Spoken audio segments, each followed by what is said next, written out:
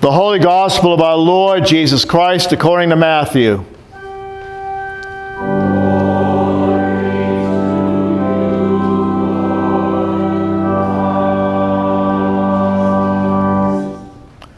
When Jesus saw the crowds, he went up the mountain, and after he sat down, his disciples came to him.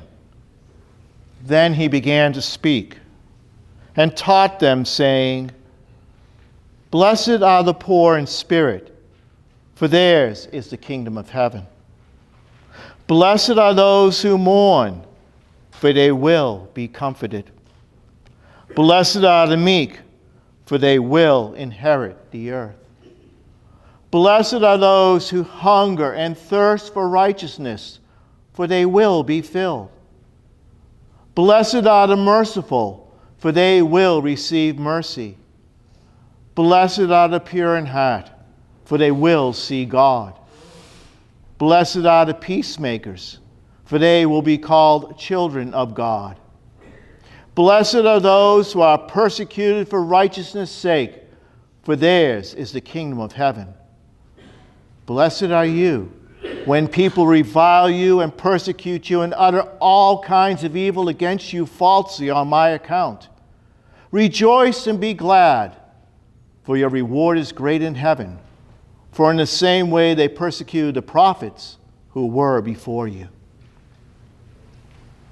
The Gospel of the Lord.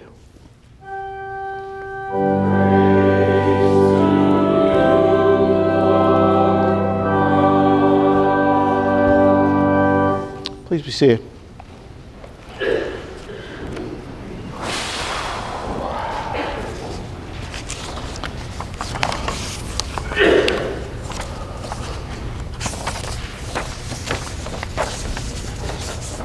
Friday, January 27th, was Holocaust Remembrance Day. A day we remember what happened to over 6 million people in Nazi-held Europe. And I was watching a live feed from the UN. They were doing a Remembrance Day commemoration at the United Nations, and I was watching this live feed. And if you ever watch these live feeds, you know, you can actually make comments as it's going along. So some people were, you know, and you can put your own emoji you want on there too, you know, mad face emoji or crying emoji or whatever emoji happens to be the emoji of the day for that, for whatever you're reading and writing and doing. Those who use emojis and can't write cursive anymore, but not to go there. But there was one or two comments that started coming up which call it the holo-hoax. And not just one or two, but quite a few holo-hoax. That there are still people in our world today, in our society today, who deny that the Holocaust ever happened. They don't believe it, and they can argue with you about it. And just like everybody today, they can get on the internet, because you know the internet's always telling the truth, and they can find any documents, any histories, any experts that will support their denial. There's in fact a movie out called Denial. And it's about Deborah Lipstadt who versus David Irving, who was a historian and a denier of the Holocaust. And she went to court against him over in Great Britain. She won her case. And for a while, the deniers were put to bed. For a while. Denial comes across in many forms. We had the birther movement. Those who claimed that our last president wasn't even born here in the United States. And they had documents and they had proof. All they found on the internet.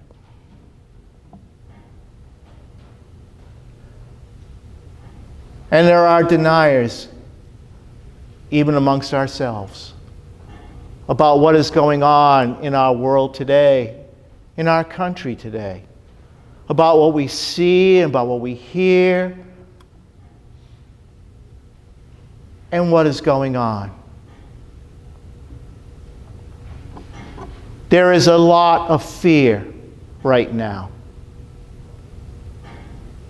A lot of fear in many communities.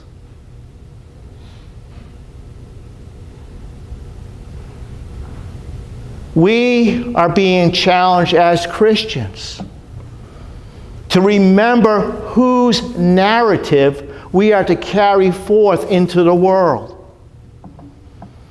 There is the human narrative, which we are all a part of, each and every one of us. None of us can deny our part in humanity's own narrative. It's in our DNA, it's in what way we grew up. Each of us grew up in certain ways, in certain families, given certain prejudices and certain biases. My own family was no different. I'm a second-generation American. My family came from England. My grandfather proudly used to tell me, God is an Englishman, when I was a little guy. You know, and I believed him. I always dreamt when I would go to see God, he'd be speaking to me like Winston Churchill. That was my narrative. But as I've grown, as I've looked at this world, as I've been almost around this world, as I've been to Vietnam, served on a submarine, met people from various places and statuses in our country, I know that it's not true. I know that this world is much more diverse than we can even imagine at times. And there are times when we, as Americans, have done some things which we are not very proud of. What we did to the Native Americans, what we did to other immigrant groups coming into this country, to the Chinese, to the Irish, to the Eastern Europeans. Some of you may have heard the story about the SS St. Louis. The SS St. Louis carried 900 Jewish refugees in 1938. And the SS St. Louis sailed around to ports along the Atlantic, even came to the United States. And those 900 Jewish refugees were refused admittance because they didn't have the proper visas and paperwork done. And those 900 Jewish refugees were forced to go back to Germany. And there, many of them ended up in one of the many concentration camps. Auschwitz, Bergen-Belsen, Treblinka, Dresden.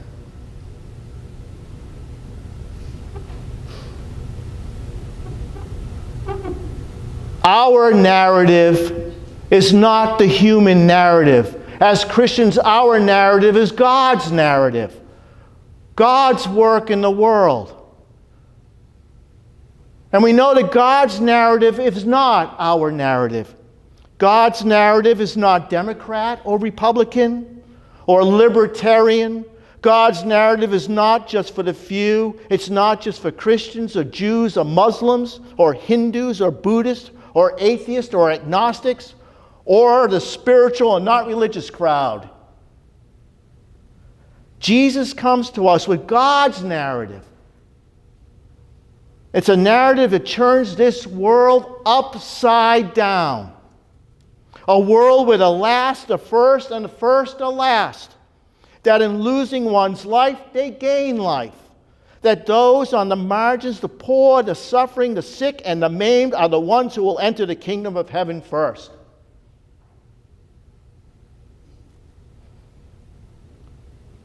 God's narrative calls us to love our neighbors, all of our neighbors, not just those who look or act or believe as we do.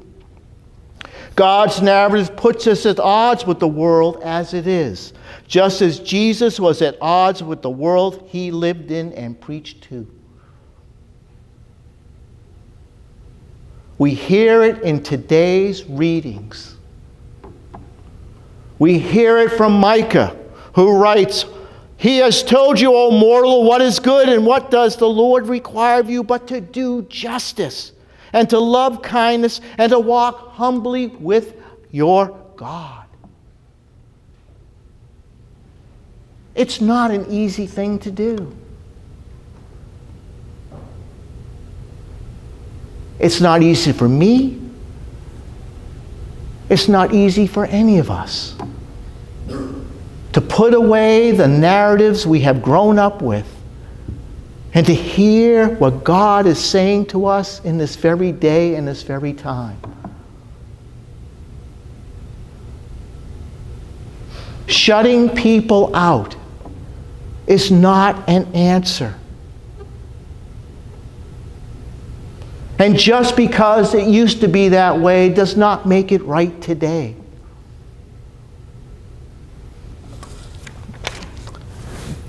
I read this thing by Diana Butler Bass.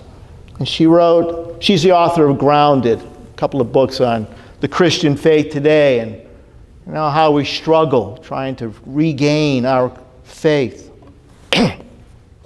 And she wrote this. She calls it a broken-hearted love letter. She writes, "The decline of mainline denominations has brought us to this moment. For more than 3 decades, we have been afraid of losing everything: power, money, people, prestige. And guess what? We did. Not quite everything, but almost. We were afraid of loss, but we still kept declining. That decline was our opportunity to be reborn, but we held on to this shred of illusion that we were still the nation's public voice, the religious establishment. We needed to get over that, to be true to the love of God and create a different sort of mainline. Some of us did. Some of us encouraged and exhorted and warned that this moment was coming. Some of us pinned our hopes on change, but pretty much things stayed the same. Now, when it really matters that we stand up, when we need a public, strong voice, many, if not most, congregations and denominations can't or won't. We are used to fear. We have made it our wine and bread. And the main fear at the moment is that people won't give money to our churches if we speak out, or that it will hurt someone's feelings or be divisive if we speak out for love, speak out for women, speak out for immigrants, speak out with and for our friends and neighbors who are not white. Speak out for Muslims and Jews. Speak out for the planet. Speak out for peace. Speak out for truth and freedom and democracy.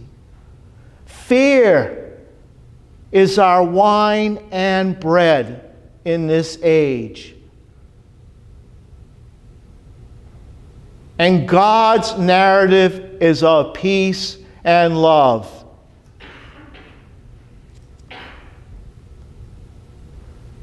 And God speaks to us today as the church. To be unafraid, to stand up against the voices of hate and division. That is the gospel message. Off my bike ride, I had all my kit on, I look cute, trust me. I got my tights, winter stuff on, I'm all bundled up. I like a little kid has to go out in the wintertime. So I get on my bike, my neighbor across the street who happens to be a Muslim. He came over to talk to me because he's always impressively walking my bike ride all the time. And we began to talk a little bit. You know, he knows I'm the rector, the priest here, the Episcopal priest. And I told him, explained to him yesterday, we're like the Anglican Church of England. He's from Great Britain. He's from England. And he was telling me, oh yeah, I used to work down near Canterbury. He says, I really like the Archbishop of Canterbury. He says, he's a very intelligent man. He speaks well. And he's done so many good things there in the Church of England. I said, yeah, we kind of like him too. We just don't listen to him very often. Unlike the Pope, we don't have to really, he's a nice guy. But, you know, it was just that kind of conversation. And then we were starting, of course, a little bit about the politics of the day and the world today. And he looks at me and says, you know, there's only one thing I can do. All I can do is work on myself. That's all I can do. I can only work on myself. And then I said, yeah, we got about the President of the United States. And he said about the President, we need to pray. A Muslim saying, we need to pray for our President, for our country, for ourselves. He was right in both cases. We need to work on ourselves. We can't change everybody else's mind. All the Facebook postings in the world have yet to change any minds. You can argue. You can write back to each other. Get into these great debates. Because anonymous debates are great debates. But it doesn't change one single mind. We can only change ourselves and how we think and what we believe and how we think that God is calling us to be as a Christian in today's world. And we can pray. Pray for ourselves and this country. Pray for peace, for open minds. Pray not to fear any longer. I found this poem today when I was perusing, and I want to read it to you. It's not one of mine, but it is a poem by Langston Hughes, an African American. It's called Let America Be America Again. I think this poem reflects, even though written many years ago, still reflects so many angst and hope. Let America be America again. Let it be the dream it used to be. Let it be the pioneer on the plain seeking a home where he himself is free. America never was America to me. Let America be the dreamer's dream. Let it be the great strong land of love, where never kings connive or tyrants scheme, that any man be crushed by one above. It was never America to me. Oh, let my land be a land where liberty is crowned with no false patriotic wreath, but opportunity is real and life is free. Equality is in the air we breathe. There's never been equality for me, nor freedom in this homeland of the free. Say who you are that mumbles in the dark, and who you are that draws your veil across the stars. I am the poor white, fooled and pushed apart. I am the Negro bearing slavery scars. I am the red man driven from the land.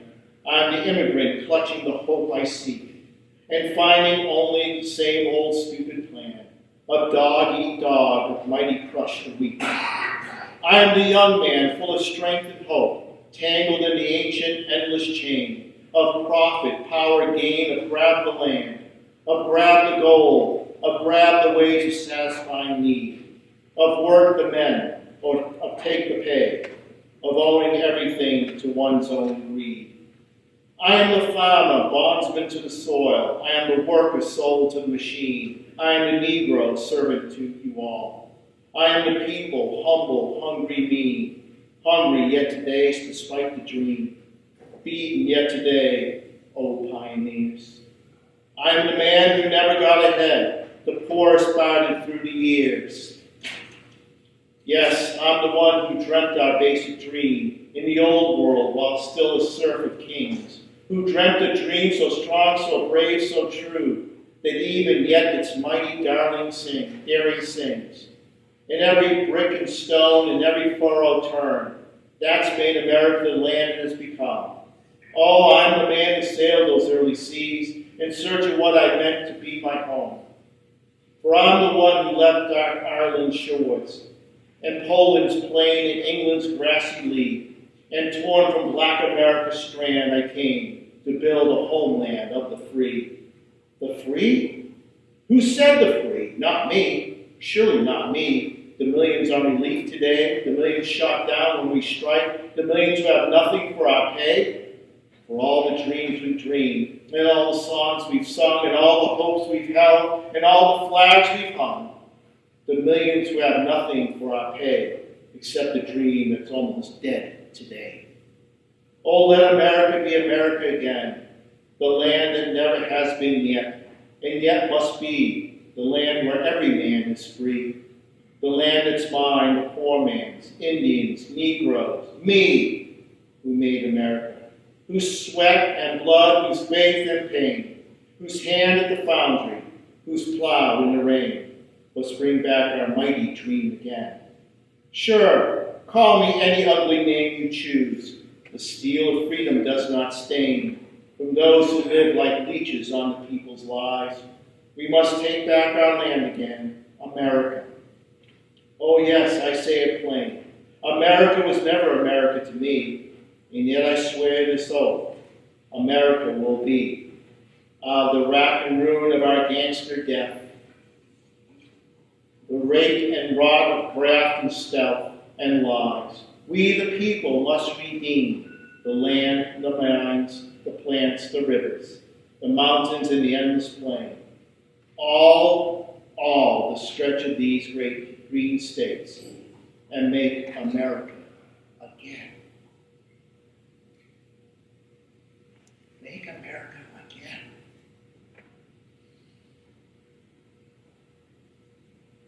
As foolish as it may seem to us, God's narrative is greater than anything that is happening today. It is our hope. It is our dream. It is our